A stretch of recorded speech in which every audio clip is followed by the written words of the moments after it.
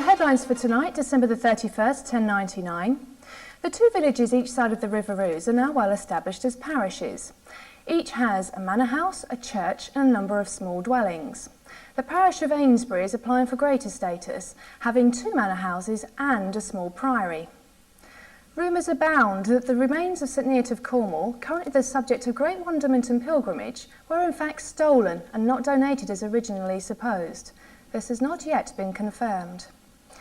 His Royal Highness King William, following his resounding victory over the nation's former ruler Harold Godwinson, has been crowned at Westminster Abbey and acknowledged as the nation's rightful ruler. The King's officials from Eton and Amesbury, Udo Dapifer, the Countess Judith and Lady Rohay de Clare, have pledged their allegiance to the new King. One of the innovations introduced by King William has been the feudal system. Here's our current affairs correspondent to explain how this will affect you. Following his victory, His Royal Highness has decided that control needs to be exerted from the top. His loyal advisors have come up with the following scheme.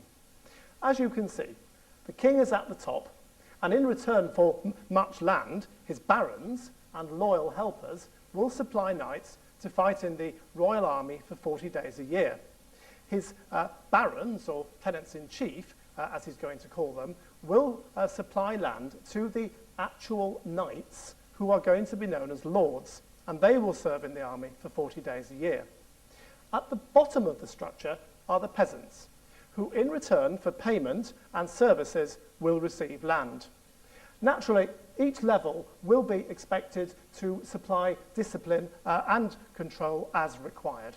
Quite an interesting scheme, Terry, and one that may well catch on in many areas of our lives. Thank you, Aidan. Most of our viewers will recall the records collected in 1086. These have now been collated into a single volume called the Domesday Book. Eton Village is classified as having 200 residents, pigs, eels and vines. Amesbury South has 160 residents and classified as a sheep farming district. And the Amesbury North district has 50 to 60 residents. This is Terry Aldis for Channel 7 News.